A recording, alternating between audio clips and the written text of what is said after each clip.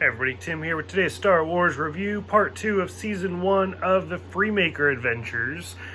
I'm still in love with this show. This show is so well done. It is so well put together. So, episode 5, Peril on Kashyyyk, which is great. We just saw Chewbacca in the last episode, and I was like, okay, so clearly he's going to come back for this one. He's not. It's kind of weird. But Cordy, Xander, Rowan, basically they get a job by this dick. Like, he's just some rich fancy pants guy who, I didn't even know this. We'll see him again a couple of times. Basically, he wants this fancy wood for his ship, and you can only get it on Kashyyyk. So they go out to go get it. Ronan tries to speak Wookiee.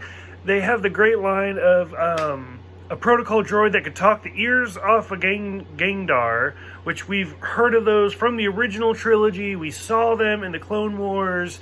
So to hear that phrase again, it was pretty great.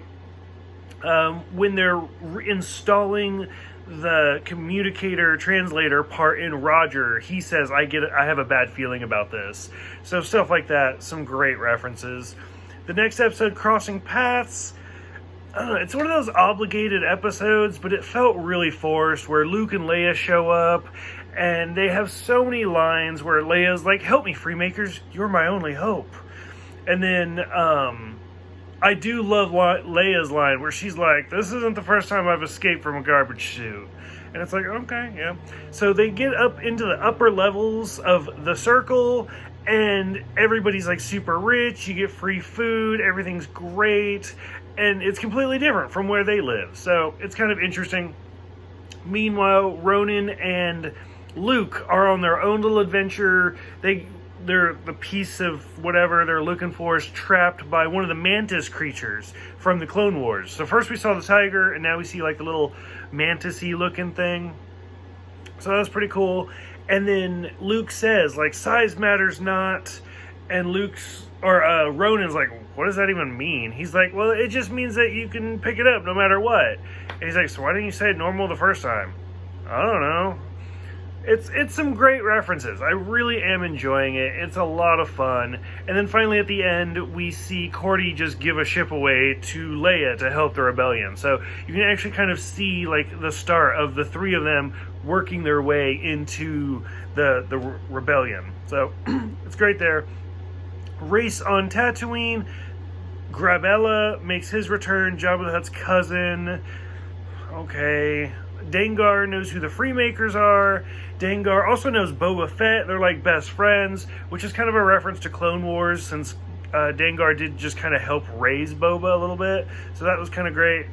And then throughout all of this, at the very end, the big twist is Ronan finds Nere's red lightsaber. So he knows she's a Sith Lord now.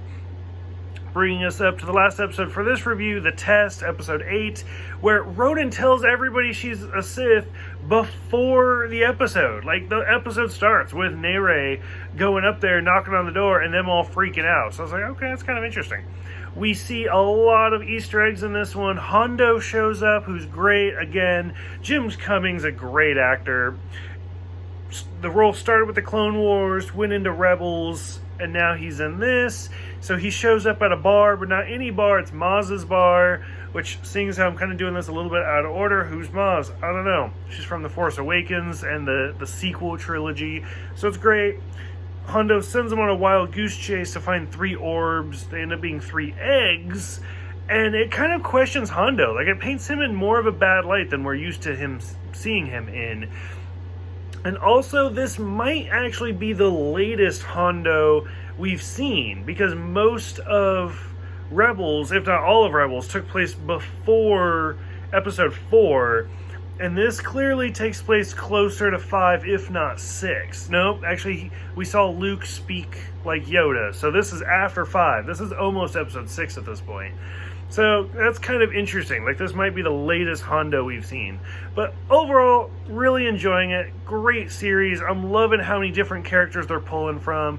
Curious what you guys think. Go ahead, let me know, and I will see you guys next time.